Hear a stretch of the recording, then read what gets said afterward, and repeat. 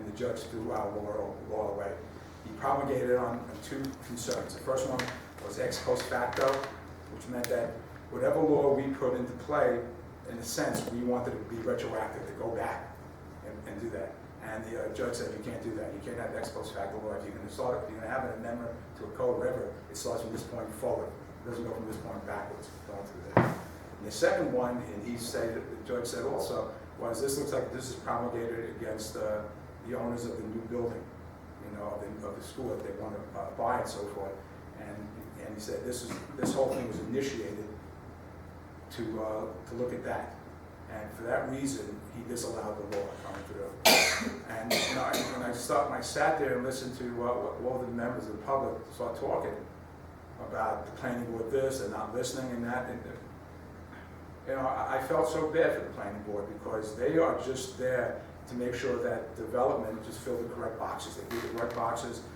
They cannot say, well, I don't like this project, therefore I'm going to vote against it. They have to, if they follow the code all the way through, they have to, be allowed in a sense to get that through. Was there a law to prevent that? Well, we had a little late. To me, the fault lies with the past town board as well as the current town board. I think that the planning board should be commended, and they should. One of the things that I felt really bad that maybe the members of the planning board maybe they shouldn't be respected if you don't want to respect them, but they sure as hell don't need to be disrespected, and that's what I felt happened at the meeting on Monday, that they were totally disrespected. They are our citizens. They are our these are our neighbors and everything. They are concerned with the town, Volunteers. and they're volunteers, which is something that we appreciate. And I actually spoke to one person who said that this whole thing pissed her off about that, not listening. So I suggested, if you want to join the town board or if you want to join the planning board, there's room for that to be done. You can make your point there. She quieted down in that sense. So I want to extend my warmth and gratitude to all the members of the planning board. This is a yeoman's job that they are the face of people who can be yelled at, and that shouldn't be. They are as concerned as everybody else is when it comes to the town, and they have stood up. They stood up to make sure that happens, and I really want to thank them for that. And I'm truly sorry for what they went through at the planning board meeting on Monday. I just felt that I was going to go say something, but then Peter said it, and exactly what I was going to say, and I thought that was sufficient there. But I just want people to know that. Well, it's just. I'm sorry. Yeah, I just want people to know that the planning board, these are volunteers. These are people that are concerned about the town. They're there to do a job, and not only that, they're all trained. We said they have to qualify every year with 4 hours of workshops, and they're basically all caught up like that. And I think they are really proficient in what they do. And as I said, fall doesn't lie with that. Fall lies that there is no local law to support what it is that they're doing. And I would like to see, we had that the Amendment 210, which was thrown out in court because it goes back. I would like to see the law being brought back, that thing being brought back where we actually will, the day we pass it, at that point, day forward, is when that should take effect and not go backwards. As the judge said, that we were wrong with doing that.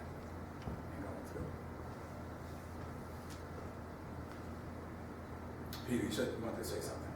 Well, also, I did get, and I think it's also kind of a little bit getting back to you about, being things thrown down your throat and things. I know you did, you're taking that one, but it just goes to something we as town board, planning board, zoning board, deal with people almost on a daily basis of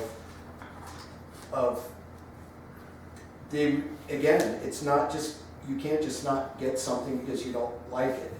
Your business tonight, we could do that. Government is totally different. We got to just follow things, and believe me, everybody's got your back. The one thing you said that I wouldn't want to say, is I would not put the blame on the current town board.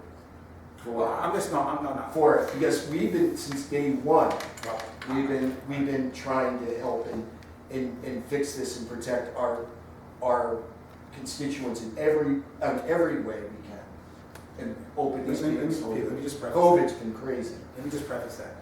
Not the new town board, I should say the town board of 2017 and 2018 before we came on. Because again, we assumed that there was something there that pertained to this. And we didn't know that until around 2018. And we realized like, oh, whoa, we really have a problem here.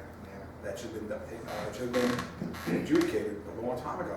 And so, no, to me, it was like the past board as well as the 2017, 2018 board, that time also, should be put the blame also.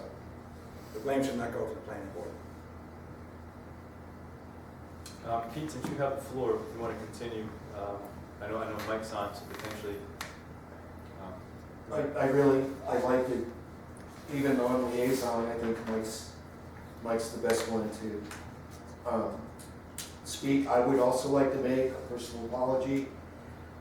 Last week, about our last month to Mike, I didn't realize that, when you weren't allowed on, that came new to me, and it just happened we had Mr. Herdman here. So, as your deputy, I asked him questions, and I feel you were like left out hanging a little bit. It wasn't meant intentionally at all, and that's why I will recuse to you basically right now to give us the updates for the highway department. The only thing I was asked that you go up and take a look at Hickory Lane. They seem to be having some big issues, but I bet you every road is calling you this week. So I'm just doing my due diligence by letting you know that someone's gotten in touch with me about the drainage problems up there. But besides that, just give us a feel. Oh, water to the, I saw Tony, I talked to Tony, I guess they fixed the well. So I guess there's water running now, correct? Mike, if you don't mind, you can unmute yourself. Hey, Mike?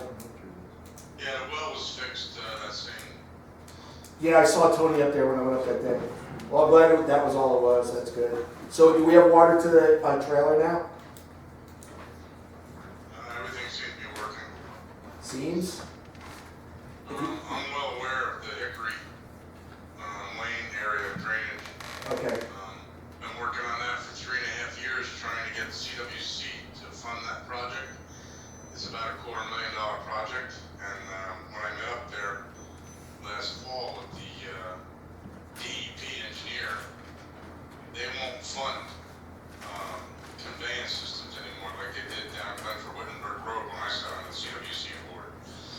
They've also taken away a lot of the authority from the committees that delegate the funding out to different projects for CWC, and they put it back into the hands of DEP. The DEP, when he met up there, he wanted us to go in and get 15-foot easements from every homeowner in that development and put grassy swales in their front yard for the water to drain off instead of putting culvert pipes and catch basins. And for some of those homes, that would have been their entire front yard, Yeah. having a big grass swale, but it just wasn't feasible. So, what I thought was something that we could get funding for, and I tried like heck for 3.5 years, I was shot down by DEP.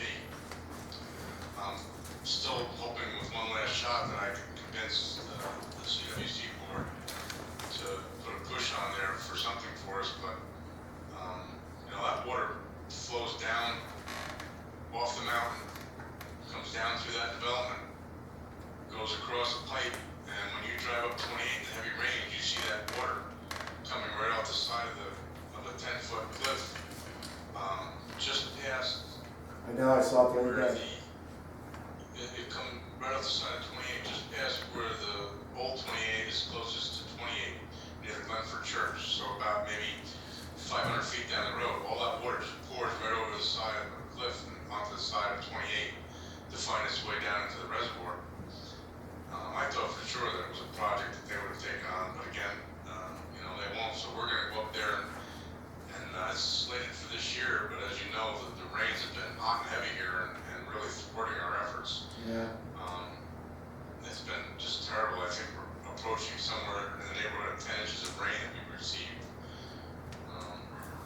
it's just crazy, so. I noticed before you were in office that they filled in actually those ditches with asphalt on Hickory, on the sides. You know what I'm talking about? When you go up on the right-hand side of Hickory, there were ditches there before, but now they're literally paved. So, I don't know, I was just wondering maybe if it would be a quick fix to pull that asphalt out of there and turn it back into the original ditches that would absorb water instead of flying it down with a sheet. And then you gotta worry about erosion. Okay, I did winging it out there, but.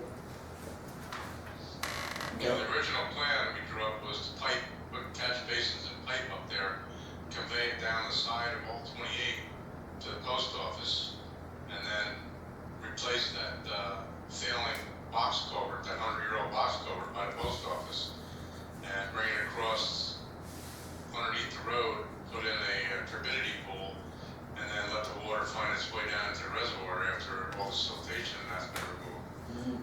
And you know, I thought that would be a selling point. And again, I couldn't convince them that you know, this is something that would be beneficial for the water entering the reservoir system, which frankly surprised me. But because a lot of water comes off that mountain. Oh God, don't we know that?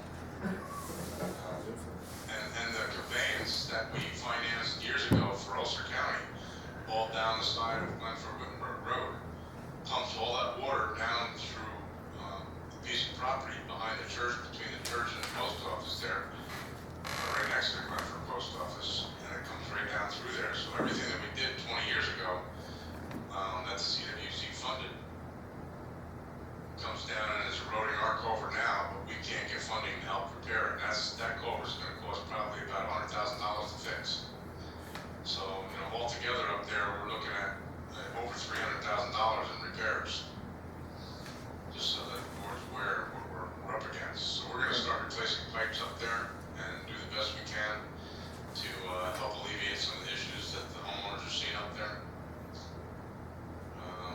And as you know, we raised Beesmer Road. I don't know if any of you driven through Beesmer Road. We raised that up approximately 3 feet so that flooding down there wouldn't close the road. We haven't paved it yet. We're letting it sit for a while, but it seems to be doing the job. We completed the amendment to the contract for the Meadow and Cedar Street drainage. We added 350-foot pipe to that system.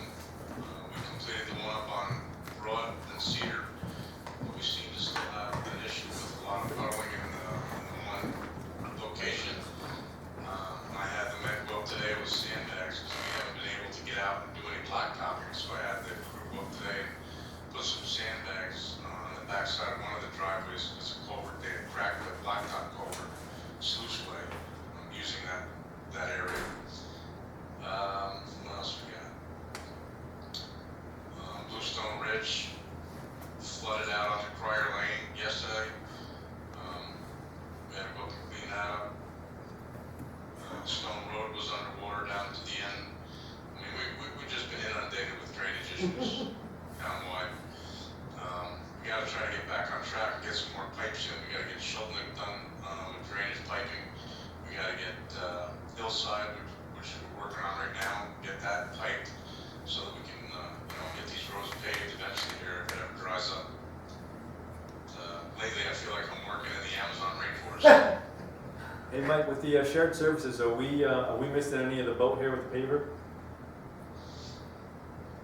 No, we just had the paver and roller up, and well, the paver actually we didn't have. We had the roller up here. We were using that on Beesmer Road. The paver broke down again. They were waiting on parts. It just got put back together again. So I took the roller back down to Frank at Town Holster. He's doing his yard around the new salt shed and that. We're working with Woodstock and Ulster to get the paver back to us, but I don't need it right now because I got to get some pipes in the ground. So. Mike, a question to ask you. Dug Hill Road, by the park going towards Route 28A. Is that gonna be completed, or is that just finished already? That'll be next year. Okay. What I did, Mike, we did chip seal on 4.2 miles from the park down to, Early Dry Mountain Mountain Road. Road. It costs $100,000 per mile to pave a road, and it costs about $17,000 to chip seal. The chip seal buys you 3 to 7 years, and it also provides, if you notice, it'll provide a lot better traction going up to the steep part of Duck Hill in the winter months.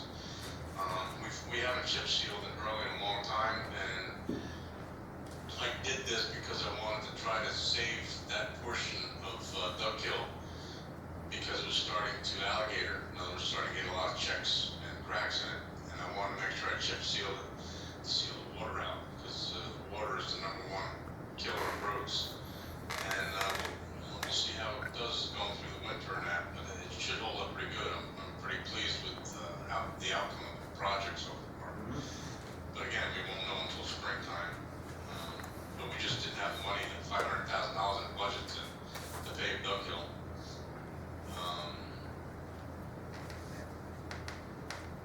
Did a nice job. It looks good. Yeah, it's very nice. We have another, we got truck 12 back from the international dealer today. We're still trying to decide what's going on with it. They did an oil change. They want us to run it for 300 or 400 miles to do another analysis to see if it's still getting antifreeze in the oil. I talked to the Navistar rep today, and we'll put those miles on this week and next, and we'll get that analysis done, get back to him.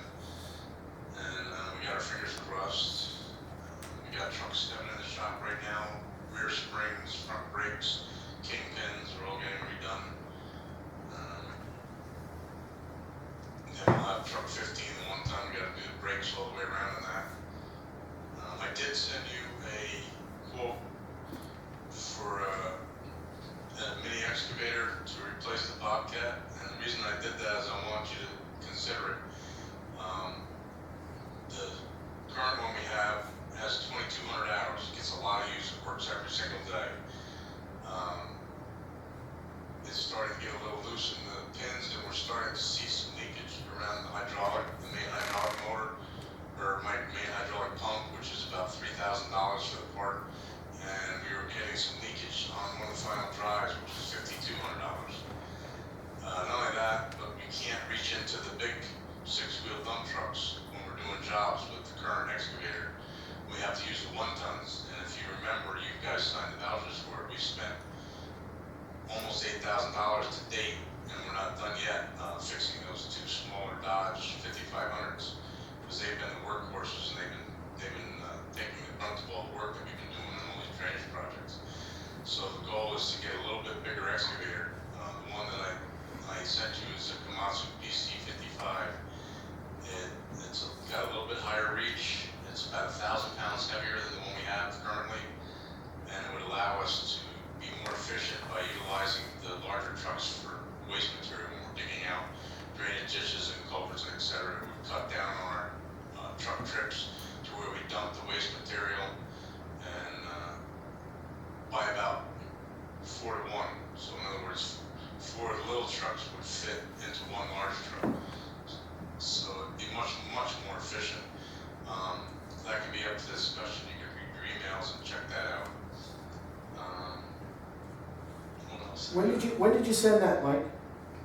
I sent it late today. Okay. But they're gonna give us a demo on that August 16th or 17th. They're gonna bring it up for 3 days, and we're gonna demo it right on a job site to see how it does compared to the E45 Bobcat. And the nice thing is that the Bobcat it's going on. What is it now? It's 2017, so it's like 4 years old, going on 5. And we can still, if we put it out on bid, I would put a reserve on it of nothing less than $30,000 to help offset the cost of the new one, which is around 83. But again, that's our workhorse. It's every time you see us out there, crew every day takes that machine out to work. cleaning ditches, picking up trees. We took it down today. We had to get a tree on tailpipe. It came down and crushed the guardrail. We got to go down and replace 2 sections of guardrail. The machine's amazing. It's always on the move. So it's one of our most versatile pieces of equipment. Okay, we'll take a look. I don't see a problem. Thanks, Mike. Oh, sorry. Well, one last thing too, Pesh came down a couple weeks ago with the union rep, and they did a bunch of testing around the highway complex. I got a call, I want to say late Friday afternoon, and I think it was around 3:30, and then she said she's going to be coming back down to do more testing. I don't know when, but no, that's in the works, so I don't know when they're going to be doing that. They could Please. tell us they could just pop in. Please give us notice so we can be up there, or at least I can be up there. They may tell us, they may not, they may just pop in here. All right, I tell you what, get me her contact information. I will. Thank you. That's about all I have right now that I can think of off the top of my head. Well, you're doing a great job. We're trying like heck, but boy, I'll tell you, the weather's not cooperating this year. You need a boat? He's got one. He's building the ark. We It's not- were it's gonna not build his an though. ark, but lumber's too expensive. It's not in the budget. Okay, on that. So, speaking of which, I had a brief meeting today with CPL.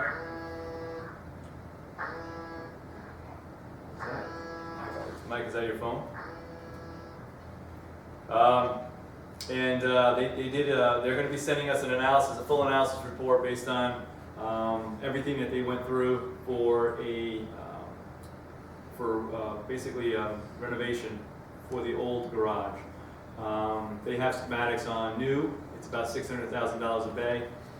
I don't know what we're looking at. That's something that we can determine once we get these schematics and analysis based on what they found up there. Currently, the two main things that they're looking at are fire and carbon sensors and our electric.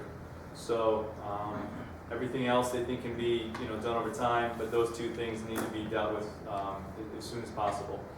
He will be submitting this form to the board by Wednesday, and so then everybody else will have the ability to do that. The current renovations for that building to bring it up to specs, including all the new sensors, gas and everything, would be just under $1 million. So I just want to bring that to the attention of the board, as well as the townspeople, what we're potentially looking at here. So once we get that, we can review it and we can sit down and discuss a little more. Okay, Mike? I just wanted to add one thing not associated with the highway, but as you know, back in the 80s, late 80s, I joined the zoning board, and Doris Holden was secretary, and I was on the zoning board for a good many years. I think up until 2003, I served as its chairman, and Doris was always there, and she was top notch. She is early. She was an amazing woman. Enjoyed so much working with her. She may have had her opinions, but she always kept them to herself, and she did a great job for the ZBA and a great job for the town. And when I saw the notice that she was resigning, I was kind of shocked. This is sort of an end of an era, because she had to be there for 30 years. Yeah. We served together over when the Little Red Schoolhouse was town hall. So, Kudos. Thank you. That's very great job, Doris Alden, and I wish her the best. She's a great person. Thank you, Mike. That's much appreciated. I have. Do you have anything else, please?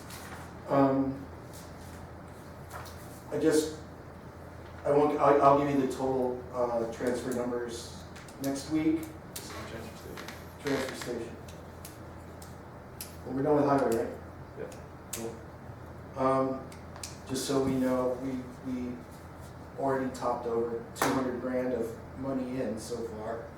Again, I don't know money going out yet totally, but recycling's money has been huge, and now the town gets 50% of all the recyclings used to be given back to the guys. Those guys gave that back to us. So, and those numbers are humongous compared to what they used to be. So, just so everybody knows, because I've gotten a lot of people asking about up there, and there's many repairs and things that need to be done up there that have never been done. For instance, they never had water or bathrooms for 20 years. It's not even, they had battery acid splash on them, no way to clean this. We got the new trailer for them now, that's what's I'm like about. We're still working on a lot of different things. You need covers put over, for instance, the cardboard needs a full-blown cover over it. We don't charge for cardboard, but yet every time it gets wet, and Ulster County Resource takes it down there, now it becomes trash, and your tax dollars are paying for that. So we're not at all looking to make profits off of this, and we just need to make a lot of repairs to make this thing work properly.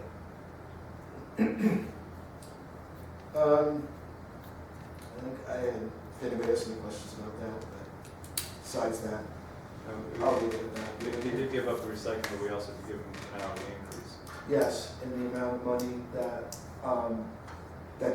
the money of that increase for that was also given up to take over, not only now, we gave them a raise in the spring of last year, this year, whatever it was. And that's when, in the agreement, it was to give them the extra hourly pay. We took away the ability for them to take half of the recycling money back. So, and what? And scrap metal, everything.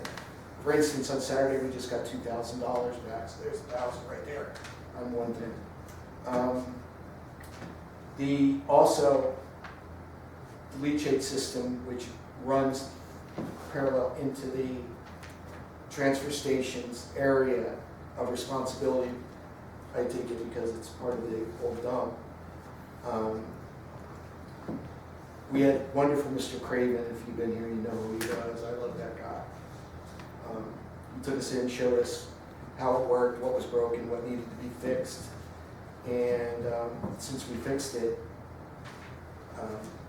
that has well saved the amount of money these guys have gotten raises by huge amounts. I mean, the way it's working now with the new pump system and moving the pump where it needs to be, that pump still needs to be replaced because it's already been a replaced one that's probably been there for God knows how long.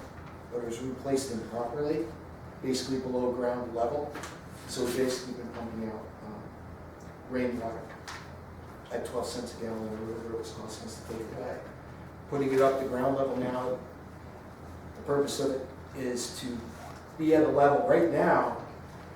I believe the guys told me it's starting to pump some of the water out just because due to the amount of rain we've had. So the level is starting to go up instead of just getting pure foot below ground stuff. As long as the ground can take it, the reed can take it, that's there to absorb the water that's coming from there and filter it. It's good. It's going really well. And I know you needed, talk about that, you were going off the old, so there was no, Javier asked me to ask you this, that idea that, I don't believe that, we used to, so everybody understands, we used to have a stipend where we paid people to actually go check the levels in the tanks, knowing they needed to be pumped out. That's another thing that Javier is taking on, but we're not paying anymore. That's more money we've saved in that long run. We're not paying stipends for people to go look and stick their head down. But he's doing it. But he's doing it, yes, he's doing it. And I actually up there a couple of weeks and I just check it every time I'm there anyway, because I'm there. That's how I found that also area that's been dug into down there. What? We mean The road that, remember, and I talked to Mike about it, Oh. that, and they're using it for filling things, so I guess they're saving our town money again. You can ask me again about that if you want, I forgot to ask. But anyway, no, this is something totally different. But we will I will get the new pump up there, I will put it in myself if that's legal, it's not a big deal, it's easy to do. So that's where we're at. There was something else. Oh, I was gonna ask you about, you wanted like a written thing, Ledger, the late, well, this was never done before, so it was not done now yet. Right. But they have, I mean, we have checked it. And so now, they don't wanna lie about it, they do it, they haven't kept the ledger, but they go, walk over there every day and look at it. They walk over the hill and I check. would 100% want them to at least start the ledger now. We can, I already told them to actually. Because, I mean, I got a, there is a potential hazard with waste disposal site now. For whatever reason, the DEC just contacted me, and this is now being investigated, and I guess there's some leaching to people's wells. So I don't know what's going on up there, but now it's totally out of the blue. I just got this. When did you get that? This was sent to me July 14th. Whose was it being leached? That's when we wouldn't disclose that yet. So there's a mini investigation going on, I guess, since 2017. I didn't even know about it. Yeah, because I can They look do at it annually, they have to do it. So I guess what happened was some of the reports came back and Do we have any of the old reports of the, I don't have anything.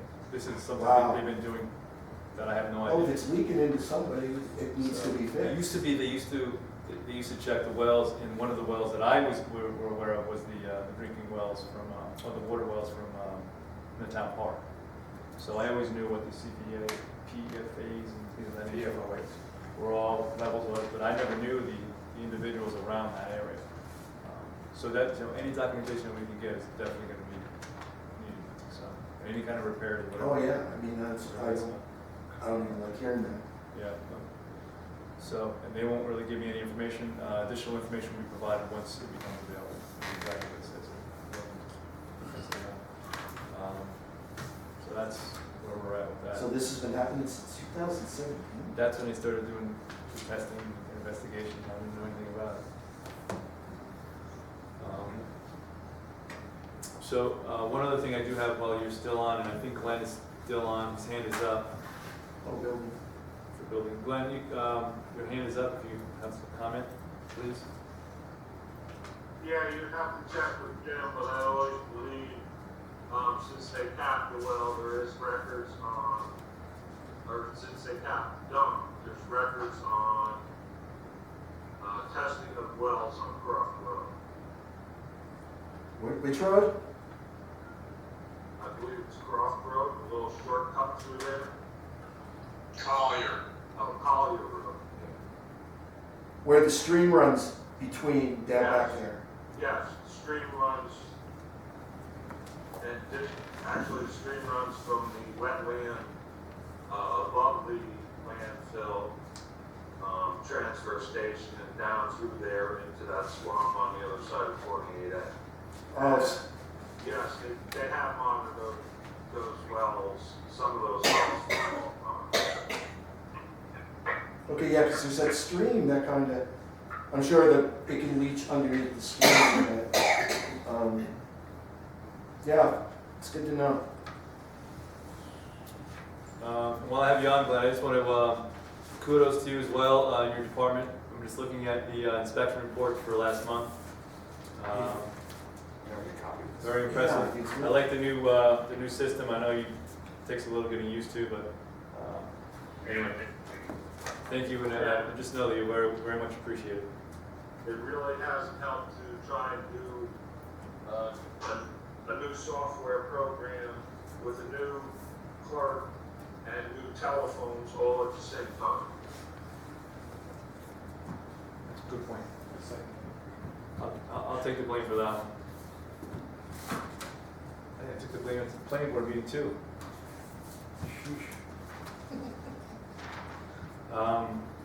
Thank you, Glenn. I appreciate it. Anything else, Glenn? That's it. No. Let's just keep moving forward with stuff. Okay. Anything else, Pete? No. Linda? So the zoning task force will meet next Wednesday, and on the agenda is continuation of 5G small cell, as well as discussion about addressing the drainage issues, particularly along steep slopes. So that's also something that we'll discuss. Next week, there is a public hearing on short-term rental, so if folks want to come attend that, hopefully they will. I got a phone call that, and I'm not sure if this is factual or not, so I'm asking the question. If the town submitted a letter to DEC public comment about the stormwater releases to the lower surface. I believe that Joan Pessione did, yes. Yep. Okay, because the individual who I spoke to was under the impression that neither Hurley nor Olive nor Ulster did. So I just, Pretty sure.